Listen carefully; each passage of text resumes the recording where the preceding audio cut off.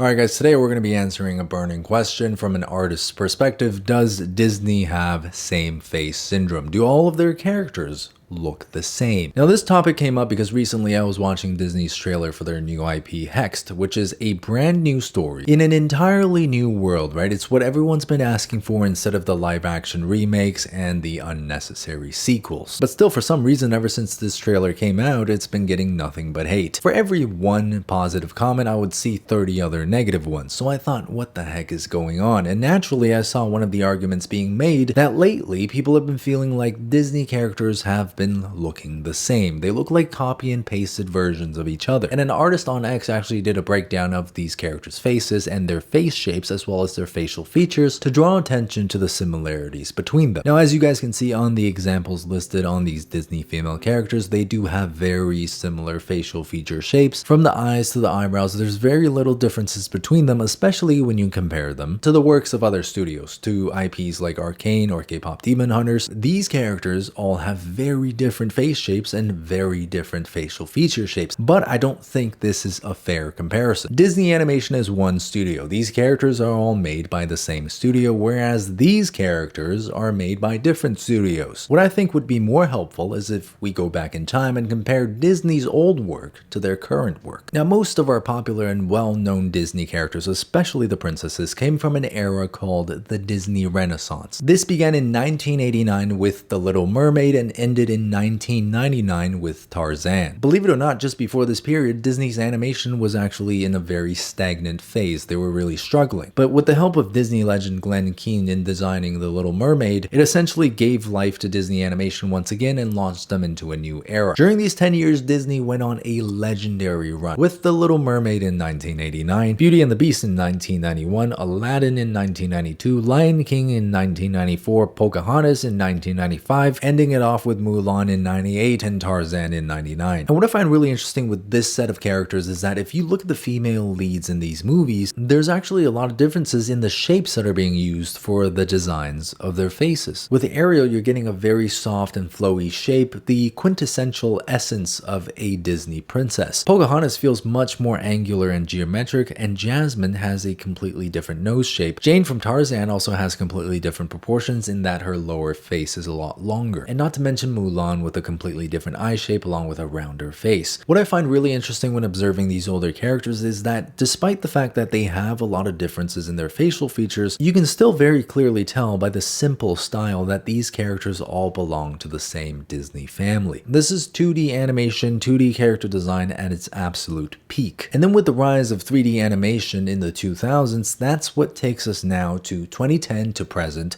which is called the Revival Era. During this period, we're getting a lot of very strong 3D animation films like Tangled, Frozen, Moana, Wreck-It Ralph. And once again, just like how they turned to Glenn Keane, the legend, to bring Ariel to life, they once again turned to him to bring the Disney princess Rapunzel to life. And ever since that film, this big round eyes, small face, classic cat-like features look of the Disney princess was absolutely cemented. I mean, we can quite clearly see that Elsa and Anna from Frozen as well as Moana took a lot of inspo from the overall proportions that were established with Tangled. Despite smaller variations like wider or thinner noses or perhaps thicker and thinner eyebrows, most of the overall proportions remain much the same, with the eyes being around the halfway point on the face and with the lower face taking on a much more cat-like appearance. Now, if we burn that image into our minds and immediately switch back to the Disney Renaissance period of characters, you will notice that these older characters do have a lot more variation. It's almost indisputable. Even in characters that look more similar to each other, you're getting changes in overall proportions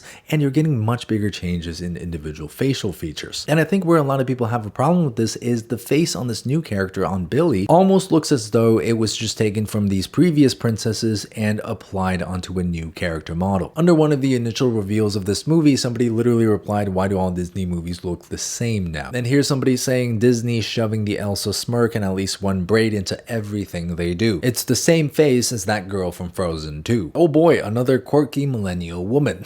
People have even started making fun of this expression that Disney keeps using on their characters. Now, am I on board with these criticisms of the characters looking the same?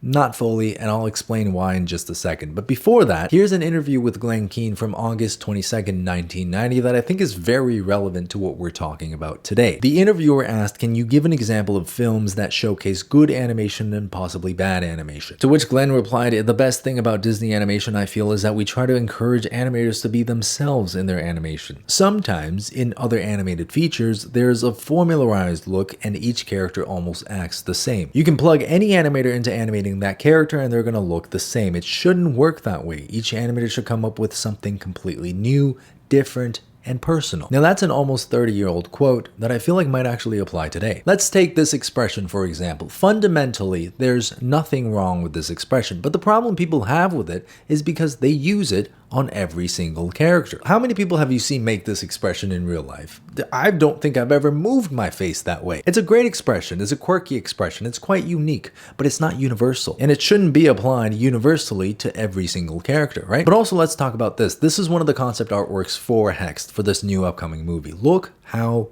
beautiful. There's absolutely no doubt in my mind that the artists and the animators who work at Disney are the most skilled and most competent people in the world. They're absolutely capable of producing the most beautiful artworks that you've ever seen. Now, I'm not going to pretend to know the situation inside of Disney, but part of me just can't shake the feeling that maybe a lot of these artists are not able to express themselves to the fullest extent. Maybe Glenn's quote about being able to plug an animator into this character and having it work exactly the same is exactly what Disney wants to do with their characters. It's industrialized to a point where the audience doesn't look at this character and feel a direct connection to the person who made them. And I think this lack of connection between the artist and the audience is what makes this feel less authentic. Now here's the thing though, does Disney actually have same face syndrome from an artist's perspective? Maybe a little bit, but I don't think, and this is going to be a hot take, I don't think this is a problem at all. I think people hating on these characters for having quote-unquote same-face syndrome is just a symptom of an even bigger issue. Because if you look at an example of another very successful animation studio, Studio Ghibli, you cannot tell me that these characters don't all look very similar to each other as well in their style. From the face shapes to the proportions, you know, the way the eyes and the noses are drawn, there's arguably just as much similarity here between these characters as there are between these Disney princesses, right? But people don't pick on this, and my hypothesis for why that is because these characters are appealing. And by appeal, I'm not talking about physical beauty. It's more than that. It's about aura. Your main character should have some aspects to them that we can kind of empathize with and we can aspire to. They should make us feel a connection to them and in some ways even inspire us. And my hot take that I don't think is hot at all, I think this is normal, lukewarm, probably room temp water, is that this character Billy, especially as she is portrayed in the trailer, is just not that, just not appealing at all to the average viewer. Take a look at just the moment you open up this trailer. She says, my whole life, I felt like there was something wrong with me. Like, bro, what? And then at the end of the trailer, what do we end off with? She says, maybe there's nothing wrong with me at all. Maybe I'm meant for something more. I think the problem is having a character like this just doesn't resonate with most audiences, and it feels very tropey, and not in a good way. You know, this is a trope that's been done many times before, and it's been done very well. You know, like a slightly strange kid who realizes, oh, I'm destined for something a little bit more. He goes off to a new world and becomes very important in that environment. Look at Miles Morales, for example, right? That character has so much appeal. Again, it's a kid who's likable, who we can empathize with. He acts how we might expect someone in that situation to act, and he behaves in an authentic way. Same thing with K-pop Demon Hunters, the three main leads. There's so much cool visual appeal to these characters, and they become even more appealing when you learn about the depth of their secret mission and their secret identities. And I would argue that the way this character Billy is being presented in this trailer is not appealing to the average person at all. I just don't think the average person is going to empathize with the fact that something has been wrong with me all my life. I'm just so weird, I'm so quirky, but you know what, I'm going to go on a journey and just convince myself that there's nothing wrong with me at all. This trope is way too played out. It does not resonate with most audiences. It showed in Pixar's Elio being a complete flop, and it also shows now in the negative reception to this new character Billy. I mean, for God's sake, people on X are saying that the compositions suck. They're saying that their eyes are looking at the center of the screen the whole time. But if you take a look at the Spider-Verse trailer, or even Frozen's trailer, some of these very, very good films, a lot of the frames do place the subject in the center, right? Because they are still targeting a younger audience. And a kid's brain is not going to be able to comprehend just how deep it is to break the rule of thirds. It's not like that. But the fact that this character is just failed completely to appeal to the audience in any degree, any shape or form, has led the audience to attacking basically everything else that's related to this character, from the same face syndrome to the weird expressions and of course to the quotes that she said in this trailer. And they've gone as far as to attack even the composition. I mean, if you look at the top comments on the YouTube video, okay, maybe I'm meant for something more if I had a nickel for every time I heard that. I'm different from the people at my school. Some may know me as the weird kid. I've always been the outsider, ad trailer. Then there's me, the weird one, ad trailer. Disney, it cannot possibly be this hard to escape the quirky, adorable trope. Maybe there's nothing wrong with me at all, ad trailer. The first dialogue instantly told me it's a Disney movie. Why does it feel like I've watched this movie 1,000 times when it hasn't even come out yet? My whole family is normal, then there's me, the weird one. Disney, think of a different storyline for the main character, please. My brain hurts. No one's connecting with her, not because of the artists and the animators, but because of higher level choices that are made in writing this character. Okay, the character sucks. It's not interesting to the majority of people. It's not appealing to the majority of people, which is why people will attack everything attached to it. That's my theory. That's my hypothesis. And again, I think this is backed up not only just by looking at people's reactions, but even if you just look at old Disney characters from the Renaissance era, these characters had aura. There's something about them, right? Maybe the way they talk, the way they carry themselves, the way they move, where you just feel like, yeah, I like that. That's cool. You know, I feel a connection to this character. Now you go back to this trailer. What's crazy is even after this main character enters this magical world, the costume's the same. The way she carries herself is still like the quirky trope. And even the outfit in what looks like should be an epic battle is, again, just not appealing. It's not connecting. It's not hitting. There's no aura. So that's my take. That's my super lukewarm room temp take. Does Disney have same face syndrome?